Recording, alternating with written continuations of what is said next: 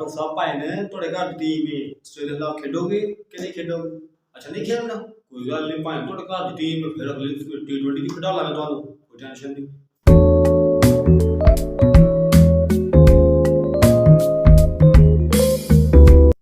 अस्सलाम वालेकुम दोस्तों, मेरा नाम है फरहान अली और आप मेरा ऑफिशियल यूट्यूब चैनल देख रहे हैं फरहान शेर।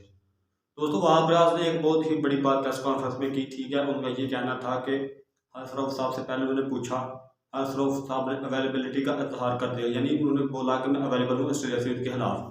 ठीक है, जब सिलेक्शन टीम फाइनल हो गई तकरीबन एक दो घंटा पहले, शायद एक दिन पहले उनसे फिर बात हुई कि भाई ने तुम तैयार हो? अब वो भाई ने नहीं जी मैंने इंजरी है।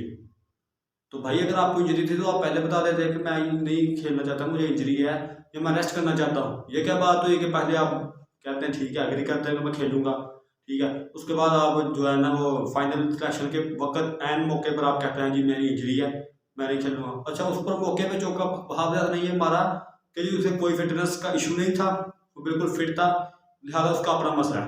भाई अपना मसला कैसे है? वो पाकिस्तान को रिप्रेजेंट कर रहा है, वो खुद के घर की टीम को रिप्रेजेंट नहीं कर रहा, वो कि उसके घर का मसला है। सारी बात है, डंडे लगे हुए हैं भाई, घर की टीम है उनके, जिसका दिल कर रहा है वो खेल रहा है, जिसका दिल नहीं कर रहा वो नहीं खेल रहा है। अब इस पर जो हमारे क्रिकेट एक्सपर्ट्स हैं वो बिल्कुल खामोश हैं, उनका उनके कोच भी उनकी मर्जी का बना है, ठीक है, चीफ सेलेक्टर भी उनकी मर्जी का बना है, कप्तान भी उनकी मर्जी का बना है, इसलिए अब जो भी होगा उनका उनसे कोई लेना देना नहीं है। ठीक है, अब ये कर रहे हैं, हक हलाल कर रहे हैं जो बाबर आजम करता था।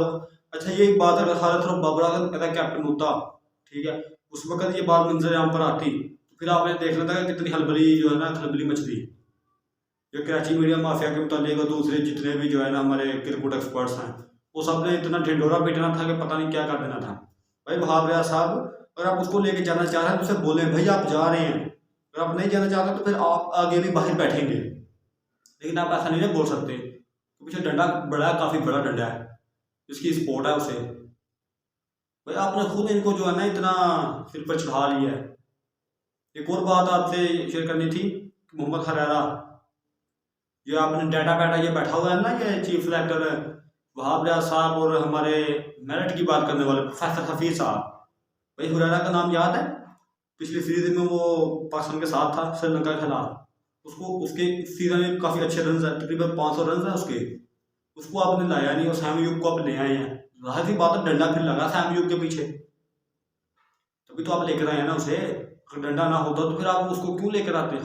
मोहम्मद हरारा उसका डंडा भी है, लेकिन शायद उसकी उनके बनती नहीं है, उसके बाद उसका डंडा नहीं लग रहा, पता नहीं उनका क्या मसला है। लेकिन वो पिछली सीरीज में थे, इस सीरीज में वो क्यों नहीं है?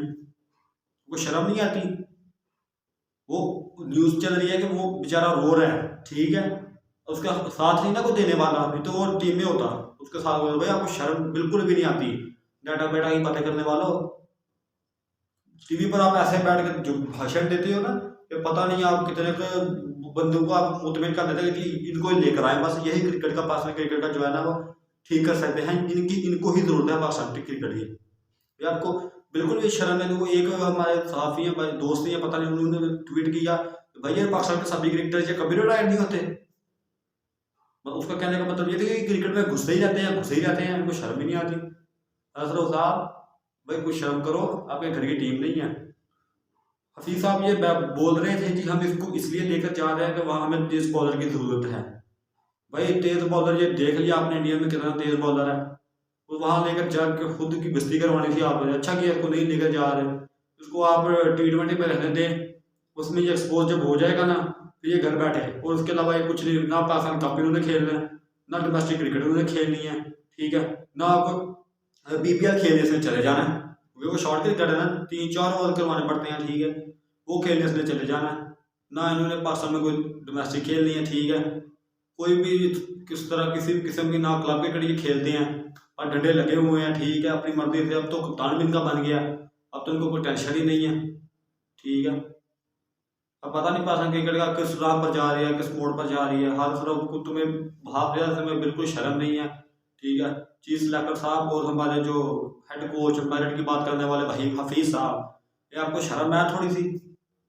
वो बिल्कुल भी नहीं है, ठीक है। आप पहले आप खुद उसके पास जा रहे हैं, भाई आप क्यों जा रहे हैं उसके पास? आप ठीक है उसका नाम लिखा है, आपने उसको फ़ोन करें भाई आपका नाम आ गया है और आप ऑस्ट्रेलिया जा रहे हैं, आगे से वो कौन होता है कहने वाला जी मैं नहीं जा रहा?